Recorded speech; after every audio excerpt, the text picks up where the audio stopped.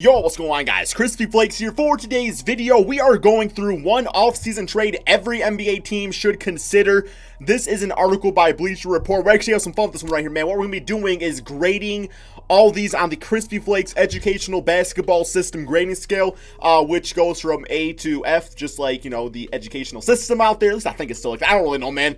I don't know. I haven't been in school in a very, very long time. You all still do that, or do you use like 1s, 2s, and 3s? That's what we did back in kindergarten. Got me a lot of, I was kind of like a 2s type of person out there, man. Like, you know, not quite a 1s, not quite a 3s. I was 2s. I was average, right? But it's all good, man. Sometimes average is just fine.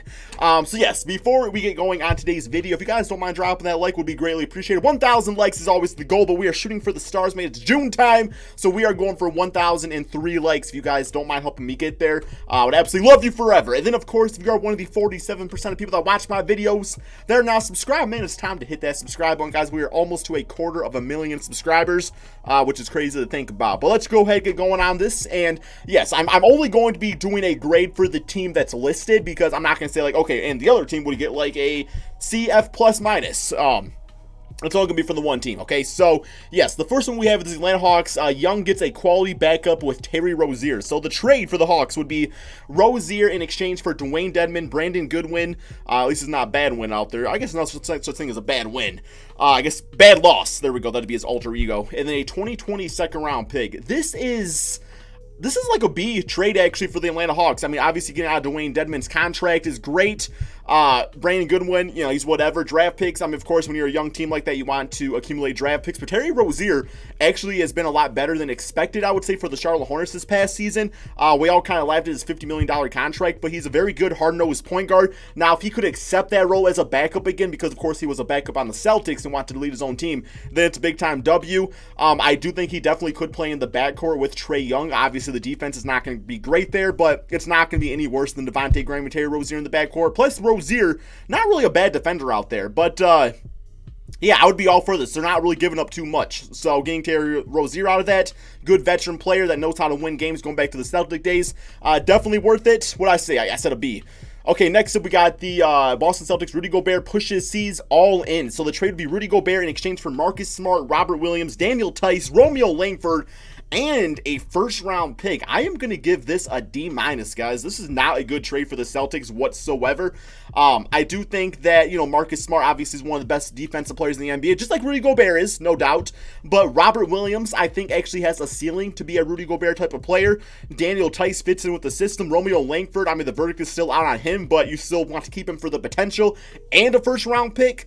Plain and simple, guys, you don't need a center like Rudy Gobert to dominate in the NBA, guys. I mean, think about past championship teams for going back, damn, a decade, guys. Like, when's the last time a team had a dominant center? And we're not going to say Anthony Davis on the Lakers when they make the finals this year. Like, you don't need that. Like, Joel Embiid, Nikola Jokic, those guys not been in the finals yet, man. So, yeah, I mean, it's always been like Tristan Thompson's, Andrew Bogut's, you know, centers like that. I guess last year, you had, Serge Ibaka, Marcus Gasol. Of course, those guys are beyond their prime, so you don't really need that type of player anymore there, man. But, yeah, Celtics don't do this trade.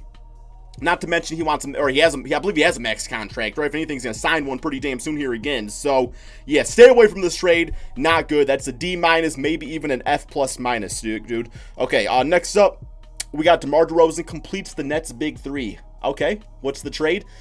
This is going to be DeMar DeRozan in exchange for Karis LeVert and Spencer Dinwiddie.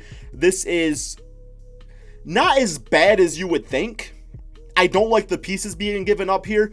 I'm going to give this one like a C-, just because DeMar DeRozan is actually pretty underrated, guys. He would actually fit in nicely with Kyrie Irving and Kevin Durant. I mean, the man can still score the basketball. Sure, it's not in the way that you want a guard to be able to score basketball these days.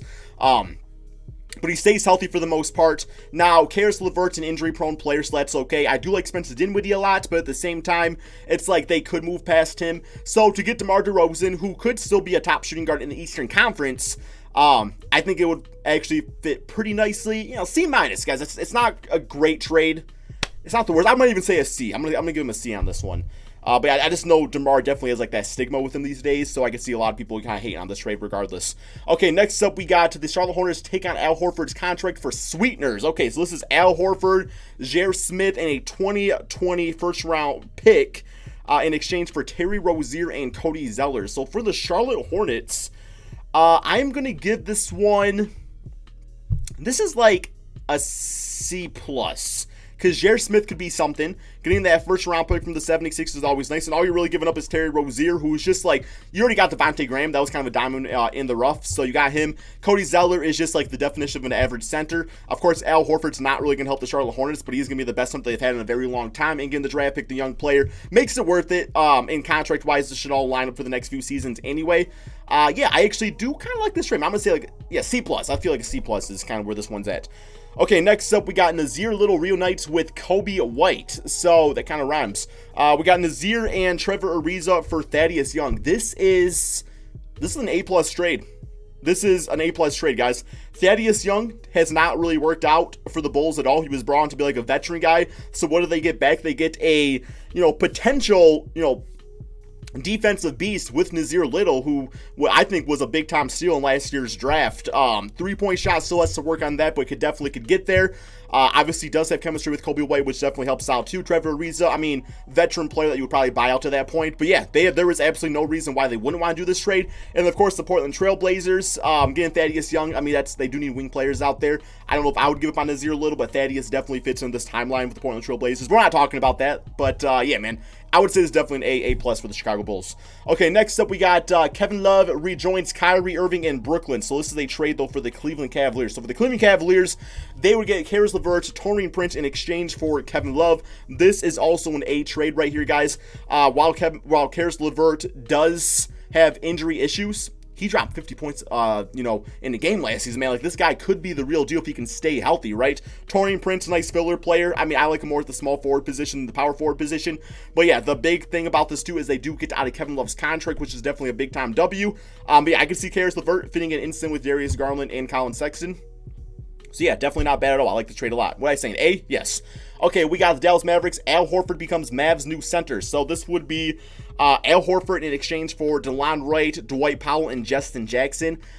This is like, I'm going to give this one a D+, guys. DeLon Wright, great defensive guard out there. I like his game a lot. Dwight Powell, actually one of the most underrated players in the entire NBA. I feel like he just works at that center spot for the Dallas Mavericks. And by doing this trade, you are kind of like locking yourself into Porzingis, Al Horford, and Luka Doncic. With, of course, Luka and Porzingis not bad, but Al Horford just overpaid at this point, man. Just overpaid. Not saying he's a bad player, but he makes way too much money. I'd much rather them keep the young core, and the young players on this team, and use that money to go for a better free agent that just fits better and maybe fits their time scope a little bit better too. Okay, next up, we got the Denver Nuggets. Buddy Hield joins Jamal Murray in the backcourt. So this is a trade of Buddy Hield in exchange for Gary Harris, Keita Bates-Diop, 2020 first-round pick, and a 2022 first-round pick lottery protected. For the Denver Nuggets, I'm going to give this one a B. Just because Gary Harris is definitely regressing as a player, Bates-Diop, whatever, it's really the first-round picks. Like, first-round picks can be very, very valuable, as we all know, man. Over the years, the Denver Nuggets, they drafted guys like Michael Porter Jr., Donovan Mitchell, although he was traded away, Rudy Gobert, although he was traded away. So I guess if they are trading away all their draft picks for not as good of players, they might as well just trade their draft picks and get a guy like Buddy Hield, who is a sure thing, right? But no, Buddy Hield gives them another offensive firepower in the backcourt with Jamal Murray. That is going to be one of the better scoring backcourts in the entire NBA. Fits in the offense. Yeah, I like the trade. I think it definitely fits. So we'll give that one like a B+. Next up, we got the Detroit Pistons getting off Blake Griffin's contract. So this is going to be a trade of Bobby Portis, Alfred Payton, Taj Gibson in exchange for Blake Griffin. As a Piston fan, I do have to give this one probably a B+. The reason it's not quite an A is because, if Blake Griffin does get back healthy, at least it gives the Pistons something fun to watch. They got like one of the lowest attendance in the entire NBA, and nobody is going to be going to Detroit to watch Bobby Portis, Alfred Payton, and Taj Gibson. But at the same time, getting a new GM out there, it does allow him to get some expiring contracts to get off of Blake Griffin's contract and, just have some financial capabilities out there in the future going into the 2021 offseason or even this upcoming offseason, although all these guys would still be on the book for one more year. So, yeah, that's the only reason. It's just because, we sell, damn zero tickets, man. You could probably get a Piston ticket for $2, watching those players, right? But I do like Bobby Portis. Alfred Payton's a good young point guard. Taj Gibson would probably be bought out. But, yeah, outside of that, eh. Okay, next up. Golden State Warriors, Ed Davis beefs up the center position. So this would be Ed Davis in exchange for a 2025 second-round pick and a $5 million trade exception. I mean, sure, why not? It doesn't really move the needle all that much. Kevon Looney's a fine center. Marquise Chris has been nice this past season for the Golden State Warriors. I mean, yeah, Ed Davis is a good veteran center. That's one of the best rebounding centers in the NBA. Doesn't really do much, though. I mean, it's a second-round pick. I'll give this one like a C-. It just doesn't move the needle enough for me to give it any more than that. I would prefer them not to do and just keep their second-round pick and their $5 million trade exception. Okay, next up, we got the Houston Rockets. Miles Turner brings floor spacing. So this is going to be a trade of Miles Turner in exchange for Robert Covington, Daniel House, and a 2021 second-round pick. This is actually kind of like I'm going to give this one probably like an A-, guys. This is a pretty solid trade for the Houston Rockets. I feel like Miles Turner playing with James Harden and Russell Westbrook would definitely open a lot of things up for him, playing with two of the best guards in the entire NBA. I mean, yes, obviously losing Robert Covington's not great. Daniel House, both two really good wing players, wing defenders. But it would allow PJ Tucker to go back to the power forward position, although he's getting kind of up there in age. And I mean, guys like Covington and Daniel House could be replaced anyway. I do know Covington is one of the better perimeter defenders in the entire NBA, but there's some other options out there. So I think getting a guy like Miles Turner that fits instantly into the offense gets them away from the small ball, which they might not actually want to do. But no, I actually like this trade a lot for the Houston Rockets. Okay, next up, we got the Pacers. Dennis Schroeder gives the bench a spark. So this is a trade of Dennis Schroeder in exchange for Jeremy Lamb, TJ McConnell, a 2022 first-round lottery protected pick. Yeah, this is actually an A+ trade, guys. It gives you a little bit of insurance out there with Victor Oladipo not knowing exactly what he's going to be like when he's completely back next season. I mean, I know he's played a few games going into the shutdown and stuff, but at the same time, he's still getting back from injuries. But Dennis Schroeder, one of the best sixth men in the NBA, definitely has him running for the sixth man of the year award as is. And could play with either Victor Oladipo or Malcolm Brogdon. I mean, Jeremy Lamb's a fine shooting guard. TJ McConnell can, put in some work too, but Schroeder's the real deal. I think this is definitely a vertical move for the Pacers. I like it a lot. A+. Okay, next, we got the Los Angeles Clippers. Andre Drummond brings size, skill, and rebounding. So we got to keep in mind, guys, Andre Drummond did just sign his player option for about $28 million. So let's say a trade of Drummond for Zubac, Patrick Beverley, and Ronnie McGruger out there. To me, this is actually a pretty good trade here, man. I'm going to give this one probably an A. And the reason I'm going to give it an A is because it's kind of low risk. I mean, yes, like Patrick Beverley's nice and everything, and Zubac a good center, but assuming they could also bring back Montrez, teams having to deal with Montrez and Andre Drummond would be absolutely brutal. But also fits into the timeline of the Clippers, right? Just because, after this this next season, Drummond will be off the books, I believe Paul George and Kawhi Leonard. So either you can bring those guys back, hopefully you can restructure Drummond's contract, give him a little bit of a better deal out there for the franchise, or you just have a ton of cap space to work with. So for the Clippers, it's low risk, high reward. So yeah, definitely an A+, or A. I'm gonna say A, just because, Drummond's okay, right? Next up, we got the Lakers. Seth Curry and LeBron James unite to take out the man, Steph Curry, right? We'll see about that. Okay, so this is the Lakers get Seth Curry in exchange for Alex Caruso, JaVale McGee, and a 2023 second-round pick. This to me is probably like a C. I mean, Seth Curry obviously fits in the offense. I do know that Alex Caruso obviously is a fan favorite, so a lot of Laker fans would kind of cry foul at this, but Seth Curry could be a lot of fun to watch too for the Lakers. JaVale McGee is a really solid center. Dwight Howard, we don't know what it'll be like next season if those back injuries are going to start to linger with him, so having some insurance with JaVale McGee is nice. So I just feel like, for the Lakers, they are getting themselves a good three-point shooter. It's like a C, though, just because of what they are giving up versus what they're getting back. I think it kind of evens out to average. Next up, we got the Grizzlies with Bradley Beal comes to Beal Street. Is that the name of it? I did not know that. Okay, so this is Bradley Beal in exchange for Brandon Clark, Justice Winslow, Dylan Brooks, a 2020 first-round pick, and a 2022 first-round pick. I mean, okay, I'm actually going to have to give this trade a C-, guys. Now, obviously, Beal does fit in with John Morant and Jaren Jackson. That's absolutely fantastic. But you are giving up so much here. Brandon Clark, top rookie out here, man. And I would much rather, if it was Brandon Clark switched with, like, Jonas Valanciunas, I would do this trade, say it was an A+. But Brandon Clark, I like his game a lot. Justice Winslow, I still think could be something for the Memphis Grizzlies at that 3 spot. Dylan Brooks, one of the better young shooting guards in the NBA. And draft picks. I mean, yeah, it does make them a really, I don't really know, man. Because what I think the Grizzlies have going for them is their depth.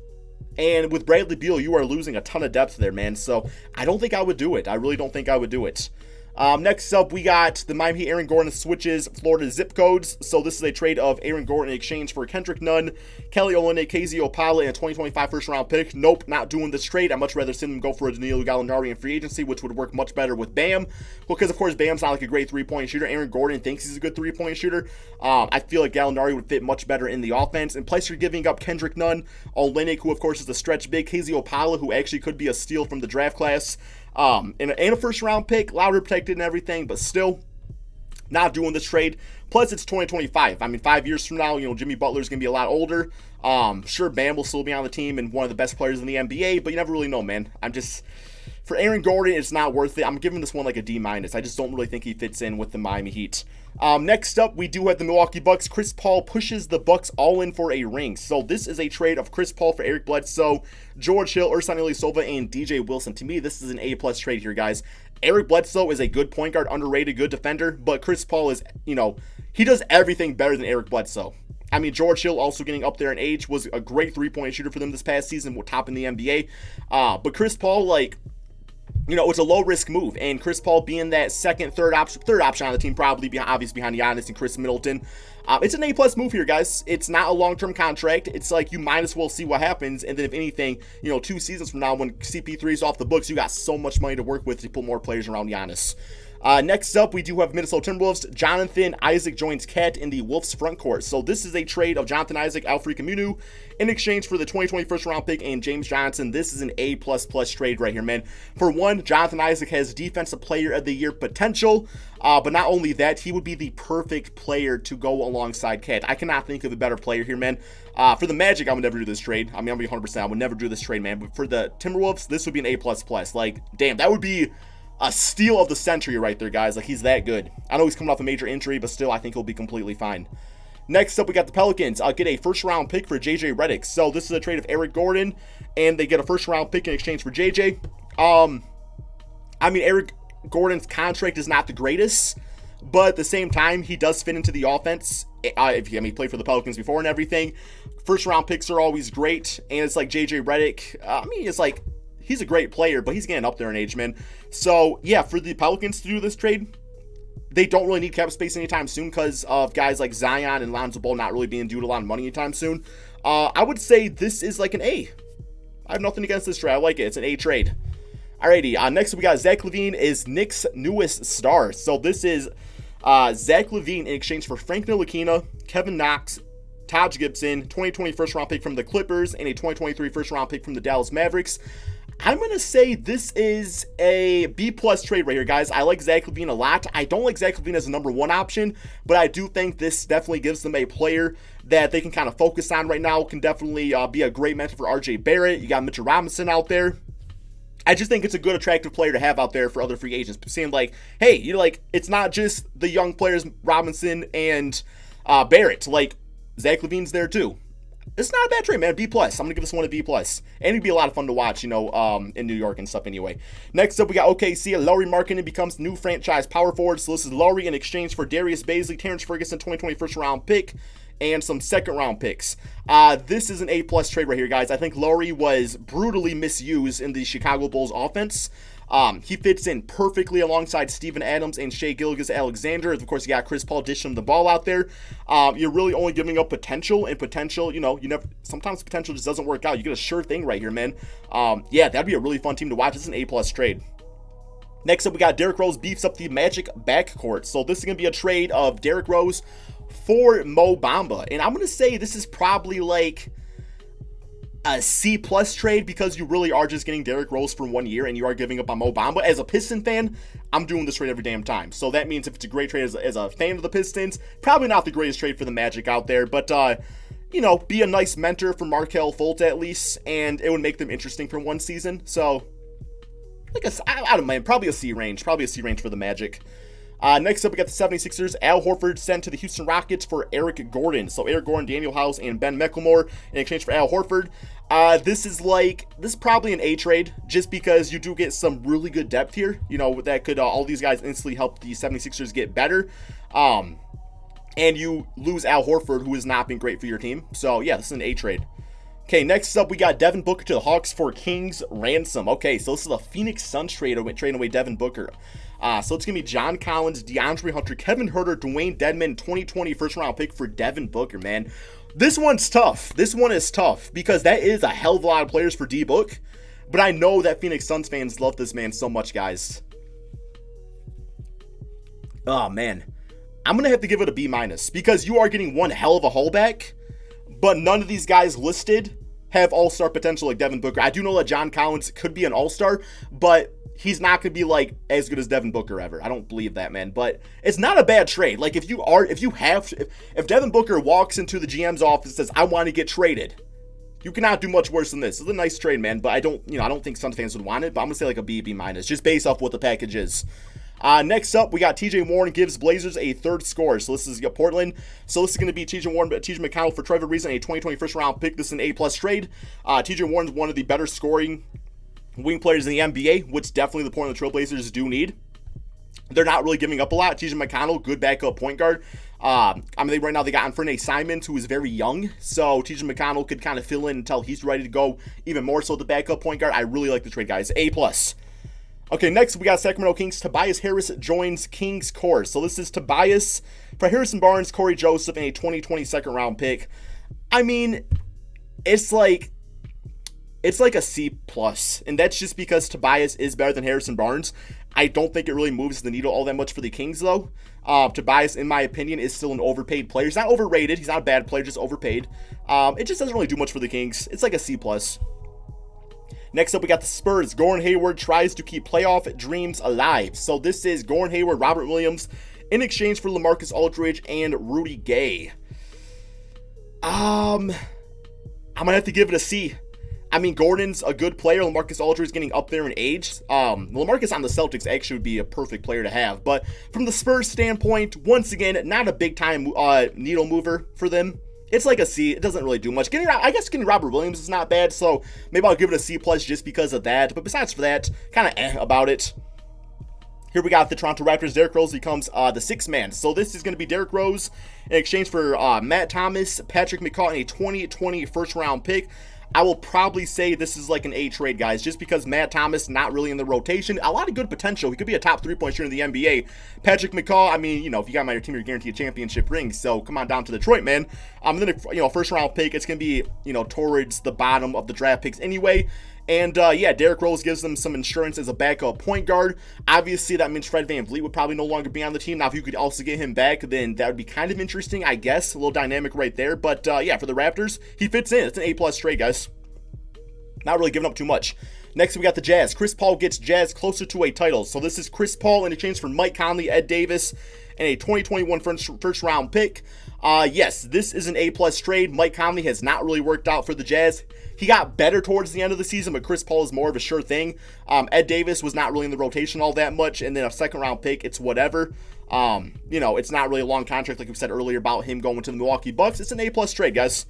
And then last, but certainly not least, but sorta, smash the reset button without Beal and Wall. So this is a trade of Tobias Harris, Matisse Thybulle. No, I'm sorry. The Wizards are going to trade away Beal and John Wall for Tobias Harris, Matisse Thybulle, Al Horford, J.R. Smith, Shake Milton. Wow. Okay. That is a hell of a haul right there, man. Wow. Okay. That's like I'm going to say like a B+. Because I look at the players they are getting back, and there's no, star players. I do think Matisse Thybulle is definitely a top defensive guard already. Shake Milton could be something, but they're not getting that star player back. So it's like a B+ trade out there, all things considered. Really, the big-time W here is you're not really even getting out of bad. I'm going to have to actually bump it down to about a B-, because if you trade away Beal and John Wall, you're hoping to get out of bad contracts, but you're taking on Tobias and Al Horford, so you're still paying some money for quite a few seasons. It's like a B-, guys. It's like a B-. But, that is the end of the video, guys. Hope you guys did all enjoy. If y'all don't mind dropping that like, subscribe if you're new to my channel, and peace out, my friends.